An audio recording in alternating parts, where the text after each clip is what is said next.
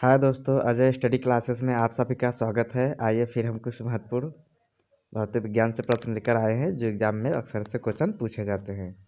दोस्तों, जो एग्जाम में अक्सर ऐसे क्वेश्चन पूछे जाते हैं जो विज्ञान से रिलेशन में ऐसे क्वेश्चन पूछे जाते हैं। तो क्वेश्चन को देख लेते हैं दोस्तों, और क्वेश्चन को बता देते हैं। जो भी क्वेश्चन होगा दोस्तों वो हमारा एग्जाम में पूछे जाने वाले क्वेश्चन होंगे। तो क्वेश्चन को देख लेते हैं। पहला क्वेश्चन हमारा क्या है? क्वेश्चन में पहला हमारा क्या है? वृत्ताकार पथ के चारों ओर पिंड की गति किसका उदाहरण है? दोस्तों, जो वृत्ताकार पथ के चारों ओर पिंड की जो गति होता है उस किसका उदाहरण होता है, यानी किसका उदाहरण होता है, यानी देखा जाए तो इसका राइट आंसर हमारा दूसरा हो जाएगा। यानी कहा जाए तो समान चाल और समान वेग से वृत्ताकार जो पथ होता है वो एक वृत्ताकार में कोई वस्तु अगर गति कर रहा है तो उसका समान चाल और समान वेग से ही करता है। दोस्तों, अगला क्वेश्चन देख लेते हैं।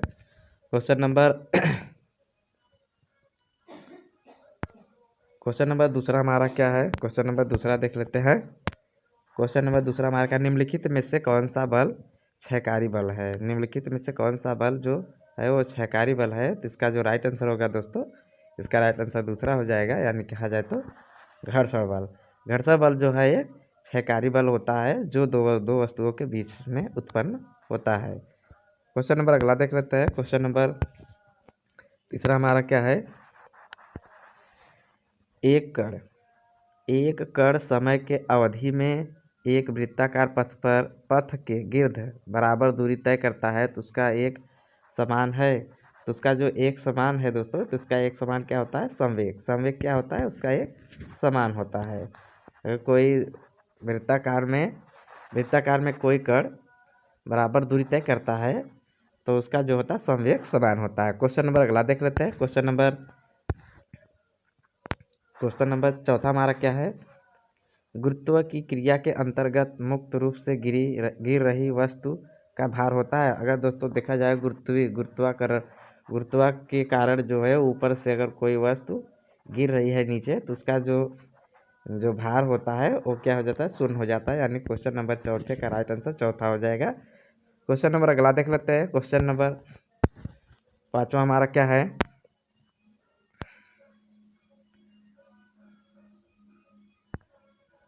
क्वेश्चन नंबर पांचवा हमारा क्या है? निम्नलिखित में से कौन सी जड़त्व का माप है? दोस्तों, निम्नलिखित में से अगर देखा जाए तो जड़त्व का कौन सा माप है? इसका राइट आंसर अगर देखा जाए तो तीसरा हो जाएगा।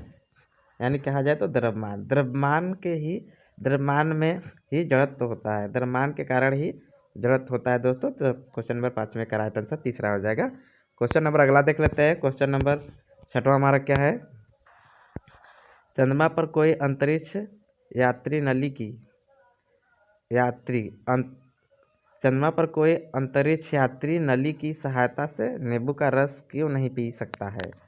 तो दोस्तों बता दें कि चंद्रमा पर अगर कोई अंतरिक्ष गया है, अगर वो नली से नींबू का रस पीना चाहता है तो वो नहीं पी सकता है। ऐसा क्यों होता है? क्योंकि वहाँ पर चंद्रमा पर कोई वायुमंडल नहीं होता है। इसका राइट आंसर दूसरा हो जाएगा। यानी कहा जाए तो चंद्रमा पर कोई वायुमंडल नहीं होता है। क्वेश्चन नंबर अगला देख लेते हैं। क्वेश्चन नंबर सातवां हमारा क्या है?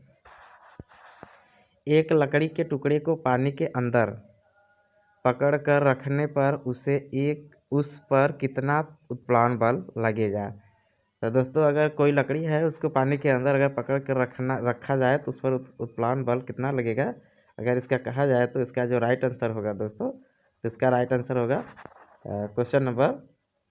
क्वेश्चन नंबर जो है सातवें का राइट आंसर पहला हो जाएगा। यानी कहा जाए तो लकड़ी के भार के बराबर होगा। क्वेश्चन नंबर सातवां देख लेते हैं। क्वेश्चन नंबर आठवां हमारा क्या है? दूध को मथने से क्रीम के अलग हो जाने का क्या कारण है?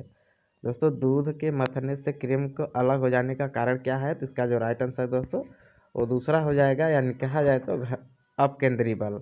अपकेंद्री बल जो होता है, जैसे दूध को मथा जाता है तो एक वृत्ताकार में मथा जाता है। जो वृत्ताकार से कोई वृत्ताकार यानी केंद्र से होकर परिधि की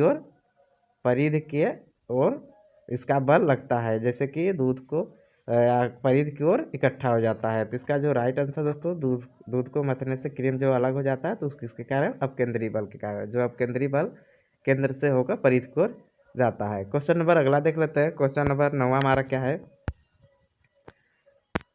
क्वेश्चन नंबर 9 है, यदि स्थिर वेग से चल रही हुई गाड़ी में बैठा कोई चालक गेंद को वायु में सीधा ऊपर फेंके तो गेंद कहाँ गिरेगी, यानी कहा जाए तो गेंद कहाँ गिरेगी, या वो जो ऑप्शन है देख लेते हैं। ऑप्शन में क्या है, उसके सामने गिरेगी, उसके पीछे गिरेगी, उसके हाथ में गिरेगी, उपयुक्त में कोई नहीं, उपयुक्त में से कोई नहीं, यानी क्वेश्चन नंबर कहा जाए तो इसका राइट आंसर तीसरा हो जाएगा दोस्तों। कहा जाए तो उसके हाथ में गिरेगी। यदि स्थिर वेग से चल रही कोई गाड़ी है और में बैठा कोई चालक गेंद को वायु में सीधा फेंके तो कहाँ गिरेगी, उसके हाथ में गिरेगी। क्वेश्चन नंबर अगला देख लेते हैं। क्वेश्चन नंबर 10वां हमारा क्या है, घर्षण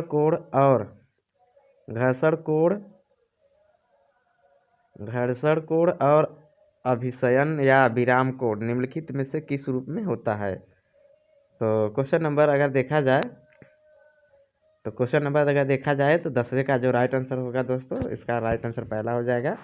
यानी कहा जाए तो एक दूसरे के समान होते हैं, सामने होते हैं, एक दूसरे के सामने। जो घर्षण कोण होता है या विराम कोण होता है तो किस रूप में होता है, एक दूसरे के सामने होता है। क्वेश्चन नंबर अगला देख लेते हैं। क्वेश्चन नंबर 11वां हमारा क्या है,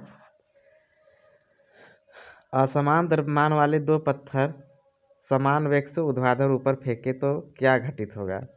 असमान द्रव्यमान वाले अगर दो पत्थर समान वेग से ऊर्ध्वाधर ऊपर फेंके तो क्या घटित होगा। तो इसका जो राइट आंसर देखा जाए दोस्तों, तो इसका राइट आंसर हमारा क्या हो जाएगा, तीसरा हो जाएगा, क्योंकि दोनों बराबर ऊंचाई तक जाएंगे, दोनों बराबर ऊंचाई तक जाएंगे। क्वेश्चन नंबर अगला देख लेते हैं। क्वेश्चन नंबर 12वां हमारा क्या है, एक कागज का टुकड़ा और क्रिकेट का गेंद एक ही ऊंचाई से गिराए तो किस परिस्थितियों में दोनों एक साथ पृष्ठ पर पहुंचेंगे। किस परिस्थितियों में दोनों एक साथ पहुंचेंगे यानी पृष्ठ पर। तो देखा जाए तो इसका राइट आंसर हमारा हो जाएगा दोस्तों चौथा, यानी कहा जाए तो उन्हें निर्वात में गिराया जाए। दोस्तों निर्वात में गिराया जाए तो वो दोनों पृष्ठ एक साथ पृष्ठ पर पहुंचेंगे और उन्हें निर्वात में गिराया जाए, यानी कहा जाए तो इसका राइट आंसर चौथा हो जाएगा दोस्तों। क्वेश्चन नंबर अगला देख लेते हैं। क्वेश्चन नंबर 13 हमारा क्या है, पृथ्वी के गुरुत्वाकर्षण क्षेत्र की तीव्रता अधिकतम होती है। अगर देखा जाए दोस्तों तो पृथ्वी के जो गुरुत्वाकर्षण क्षेत्र की तीव्रता होती है सबसे अधिक कहाँ होती है, तो कहाँ होती है, यानी राइट आंसर पहला हो जाएगा, यानी कहा जाए तो ध्रुवों पर, यानी ध्रुव पर होती है, ध्रुवों पर होती है। क्वेश्चन नंबर अगला देख लेते हैं। क्वेश्चन नंबर 14 हमारा क्या है, क्वेश्चन नंबर 14 हमारा है, दौड़ के दौरान धावक का गुरुत्वा केंद्र होता है। जब कोई धावक दौड़ता है यानी कोई बालक या व्यक्ति दौड़ता है तो उसका जो गुरुत्व केंद्र होता है तो कहाँ होता है, यानी देखा जाए तो इसका राइट आंसर जो होगा दोस्तों यह पहला हो जाएगा, यानी कहा जाए तो उनके पैरों के आगे होता है, उनके पैरों के आगे होता है गुरुत्वा केंद्र। क्वेश्चन नंबर गुरुत्वा केंद्र जो होता है उनके पैरों के आगे होता है। क्वेश्चन नंबर अगला देख लेते हैं। क्वेश्चन नंबर 15 हमारा क्या है, वायु की ऊर्ध्वाधर गति को कहते हैं। वायु को ऊर्ध्वाधर गति को क्या कहा जाता है। अगर ऑप्शन में देखा जाए तो इसका ऑप्शन में से जो राइट आंसर होगा दोस्तों, यानी राइट आंसर हमारा दूसरा हो जाएगा, यानी कहा जाए तो वायुधारा। वायु की ऊर्ध्वाधर गति को क्या कहते हैं, वायुधारा कहते हैं। तो दोस्तों हमने 15 क्वेश्चन कराए एग्जाम में पूछे जाने वाले। दोस्तों एग्जाम में जो पूछे जा रहे हैं उसी के माध्यम से, उसी के तौर पर हम 15 क्वेश्चन पर डे कराएंगे दोस्तों। और दोस्तों जो नए हो हमारे चैनल से जुड़ जाइए, ऐसे ही क्वेश्चन हम विज्ञान से लेकर जीव विज्ञान, रसायन विज्ञान, भौतिक विज्ञान और हम political science, social science, reasoning, समान विज्ञान ऐसे ही हम 15 क्वेश्चन टॉपिक से कराएंगे। तो दोस्तों आप लोग हमारे चैनल से जुड़े रहिए। आज के लिए इतना ही दोस्तों, फिर अगले वीडियो मिलते हैं। धन्यवाद।